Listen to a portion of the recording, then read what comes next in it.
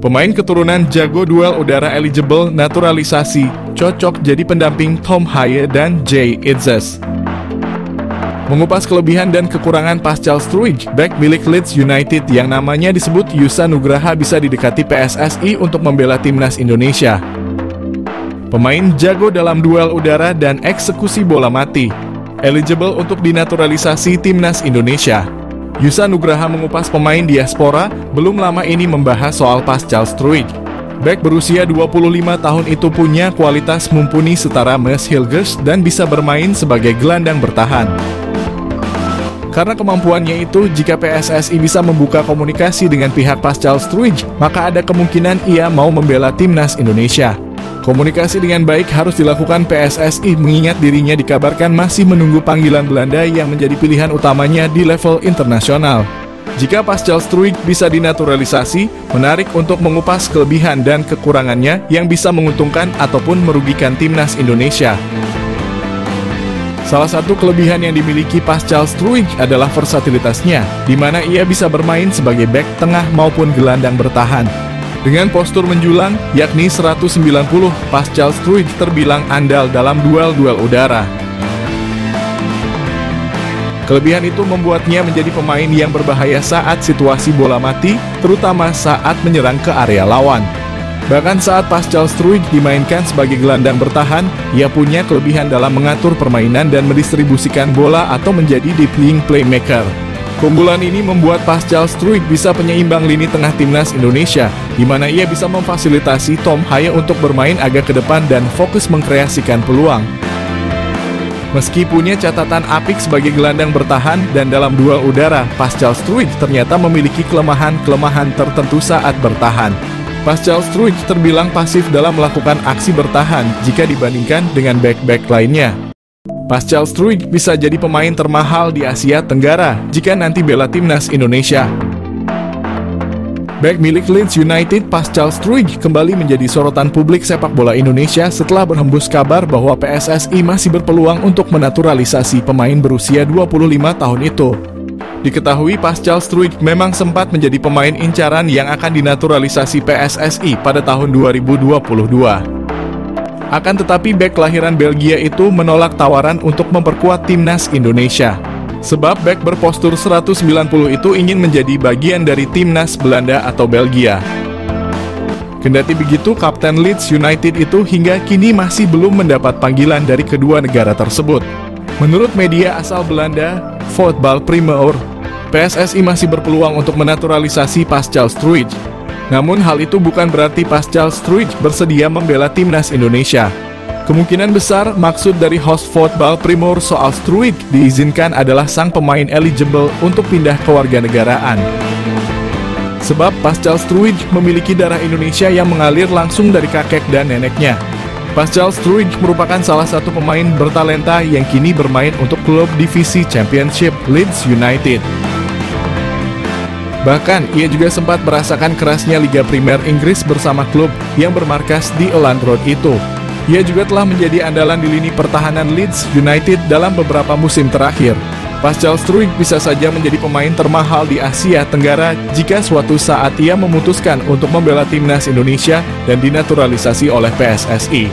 Melansir dari Transfermarkt, pemain kelahiran Antwerp itu memiliki harga pasar sebesar 15 juta euro atau setara 260 miliar. Meskipun belum ada kejelasan apakah PSSI ingin naturalisasi Pascal Struijk atau tidak, tapi banyak publik sepak bola Indonesia yang berharap agar PSSI bisa menaturalisasi bek Leeds United itu di masa mendatang. Terlebih, hingga kini Pascal Struijk juga belum sama sekali mendapat panggilan dari timnas Belanda ataupun Belgia. Kehebatan pemain keturunan Indonesia, Ryan Flamingo, yang diyakini curi perhatian. Belakangan ini kabar soal naturalisasi kembali mencuat. Beberapa nama bahkan diyakini telah mengantri agar dilihat oleh pelatih timnas Indonesia. Belum lama ini media sosial tengah ramai menyebut ada beberapa pemain keturunan yang diyakini bakal dinaturalisasi. Namun ada satu pemain yang cukup mencuri perhatian, yakni Ryan Flamingo. Pemain berusia 20 tahun itu belum lama ini diberitakan oleh media Korea Selatan, Best 11. Kabar ini pun membuat banyak pihak penasaran soal siapa sosok Ryan Flamingo. Ryan Flamingo saat ini tengah memperkuat klub asal Belanda, FC Utrecht, dan berposisi sebagai bek tengah. Mengetahui posisi Ryan, beberapa pihak tak setuju ajukan ketertarikan pada pemain ini. Hal ini karena timnas Indonesia dinilai sudah memiliki banyak pemain belakang yang mumpuni. Dengan begitu menaturalisasi Ryan Flamingo tak memiliki urgensi sama sekali. Namun apabila melihat dari sisi pelatih, tentu saja bukan sebuah kesalahan apabila mencari pemain terbaik. Apalagi pelatih tentunya memiliki pemikiran untuk jangka panjang. Menilik lebih dalam, kehadiran Ryan Flamingo seharusnya tak akan merugikan timnas Indonesia. Pemain kelahiran Blaricum, Belanda pada Desember 2002 tersebut masih memiliki masa depan yang panjang. Untuk itu apabila Ryan Flamingo bergabung dengan timnas Indonesia, dia diyakini bakal bisa menguntungkan tim merah putih di masa depan. Kehebatan apa yang dimiliki Ryan Flamingo hingga dia diyakini berhasil mencuri perhatian Shin Tae-yong? Ryan Flamingo saat ini memang berstatus sebagai pemain pinjaman di FC Utrecht. Dia dipinjamkan dari klub Italia, Sassuolo, dan telah bergabung dengan klub asal Belanda itu pada Agustus 2023 lalu dengan opsi pembelian permanen. Walau berstatus pinjaman, pemain muda itu dinilai memiliki kehebatan luar biasa. Ryan Flamingo bukan hanya bisa bermain di posisi back. Dia disebut sebagai salah satu pemain muda paling fleksibel karena bisa bermain di beberapa posisi. Tentu saja karakteristik ini menjadi salah satu kehebatan karena dia bisa bermain sesuai kebutuhan tim. Dari data yang didapatkan, Ryan disebutkan bisa bermain sebagai back tengah, back sayap, bahkan gelandang bertahan dan tengah. Hal ini bisa menjadi salah satu catatan bagus untuk pemain keturunan itu. Menilik profil Ryan Flamingo dari Transfermarkt, dia bukan pemain yang baru bermain sepak bola kemarin sore. Ryan Flamingo telah memulai perjalanannya sebagai pemain bola dari 2014 dengan bermain di BFC Busung Youth. Kemudian dia keluar sebagai jebolan Almere City. Ryan bahkan telah bermain di berbagai level usia di Almere City, dari U17, U19 hingga U21. Setelah itu dia merasakan menjadi pemain profesional dengan bermain untuk klub Liga Italia, US Sassuolo. Kemudian bermain bersama klub divisi utama Liga Belanda, Vitesse Arnhem, dan terbaru bersama FC Utrecht. Ryan memang masih berusia 20 tahun, tetapi selama karirnya dari level remaja hingga profesional, dia telah mencatatkan statistik yang cukup luar biasa. Selama bermain dia tercatat sudah pernah mencetak 27 gol dan 3 assist dari 137 pertandingan yang telah dilakoninya. Selama merumput dengan Vitesse Arnhem, dia tercatat tampil sebanyak 33 penampilan. Selama main bersama Vitesse, dia bahkan telah mencetak 3 gol dan 1 assist. Ryan bergabung dengan FC Utrecht pada Agustus 2023. Ryan Flamingo telah mencatatkan dirinya tampil sebanyak 4 laga, dengan 3 kali jadi pemain starter. Dengan catatannya yang cukup mentereng itu, tentu saja dia sudah pernah mendapat pemanggilan ke timnas Belanda. Ryan telah dipanggil untuk memperkuat timnas U21 Belanda yang tampil di kualifikasi Euro U21. Namun Ryan Flamingo belum pernah menjalani debutnya bersama timnas Belanda. Menilik kehebatan Ryan tentu saja bisa dimaklumi apabila merasa tertarik kepadanya. Dia bakal bisa menjadi salah satu pemain andalan timnas Indonesia ke depannya. Apalagi pemain ini masih berusia 20 tahun sehingga Ryan bisa dianggap sebagai salah satu investasi jangka panjang untuk tim merah putih khususnya di posisi pertahanan. Untuk posisi bertahan, timnas Indonesia saat ini memang memiliki banyak pemain. Dari pemain lokal yang mentereng hingga beberapa pemain keturunan Indonesia yang telah dinaturalisasi sebelumnya. Setelah melihat profil mentereng Ryan Flamingo, patut dinantikan bagaimana proses selanjutnya.